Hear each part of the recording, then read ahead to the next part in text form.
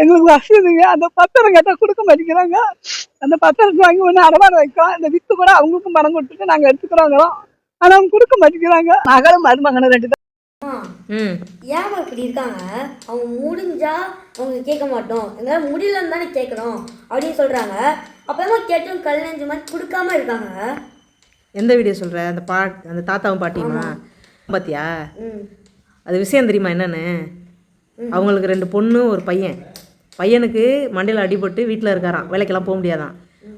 பொண்ணை கல்யாணம் பண்ணி கொடுத்துட்டாங்க போல் இருக்கு. அவங்க தான் அந்த வீட்டை வச்சுக்கிட்டு இருக்காங்க. 2வது பொண்ணுக்கு ஒரு குழந்தை இருக்கான். ஆனால் 2வது பொண்ணோட மனநிலை சரியில்லைங்கிறதுனால அந்த குழந்தையும் இவங்களே வச்சு பார்த்துக்கிட்டு இருக்காங்களாம்.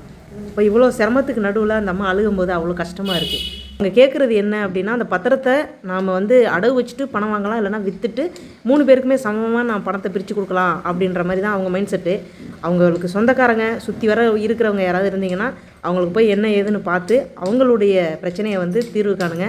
கலெக்டர் ஆஃபீஸில் மனு கொடுத்துருக்காங்க. இருந்தாலும் அக்கம் பக்கத்தில் எதுக்கு இருக்கோம் நாம், அது என்னன்னு தலையிட்டு கவனித்து அவங்களுக்கு வேண்டிய அந்த விஷயத்தை அவங்களுக்கு வாங்கி கொடுங்க. ஓகேவா? பேசிட்டேன்.